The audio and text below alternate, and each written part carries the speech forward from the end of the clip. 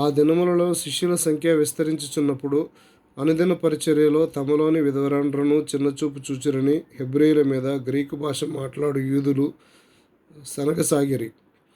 అప్పుడు 12 అపోస్తలులు తమ యొద్దకు శిష్యుల సమూహమును పిలిచి, మేము దేవుని వాక్యము బోధించుట మాని ఆహారము పంచిపెట్టుట యుక్తము కాదు. కాబట్టి సహోదరులారా, ఆత్మతోనూ జ్ఞానంతోనూ నిండుకొని మంచి పేరు పొందిన 7 మనుష్యులను మీలో ఏర్పరచుకొనుడి. మేము వారిని ఈ పనికి నియమింతుము.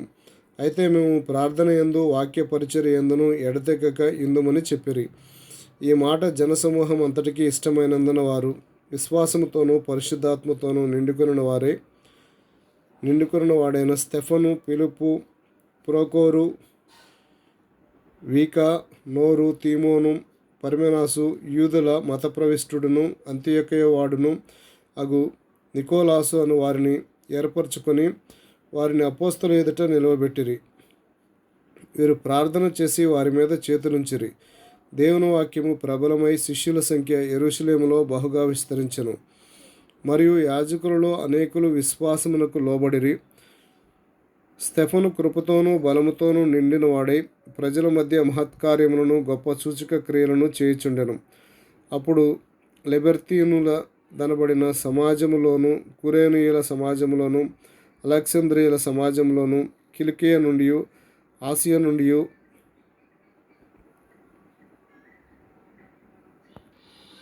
వచ్చిన వారిలోనూ కొందరు వచ్చి స్తెఫనుతో తర్కించిరి గాని మాటలాడుట యందు అతడు అగపరిచిన జ్ఞానమును అతని ప్రేరేపించిన ఆత్మను వారు బెదిరింపలేకపోయిరి. అప్పుడు వారు, వీడు మోషే మీదను దేవుని మీదను దూషణ వాక్యములు పలుకగా మేము వింటిమని చెప్పుటకు మనుషులను కుదుర్చుకొని ప్రజలను, పెద్దలను, శాస్త్రులను రేపి అతని మీదకి వచ్చి అతనిని పట్టుకొని మహాసభల యొద్దకు తీసుకొని పోయి అబద్ధపు సాక్షులను నిలవబెట్టిరి. వారు, ఈ మనుష్యుడెప్పుడునూ ఈ పరిశుద్ధ స్థలమునకును మన ధర్మశాస్త్రమునకు విరోధముగా మాట్లాడుచున్నాడు.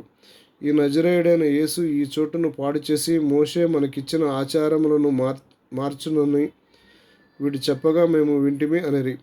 సభలో కూర్చున్న వారందరూ అతని వైపు తేరి చూడగా అతని ముఖము దేవదూత ముఖము వలె వారికి కనపడెను.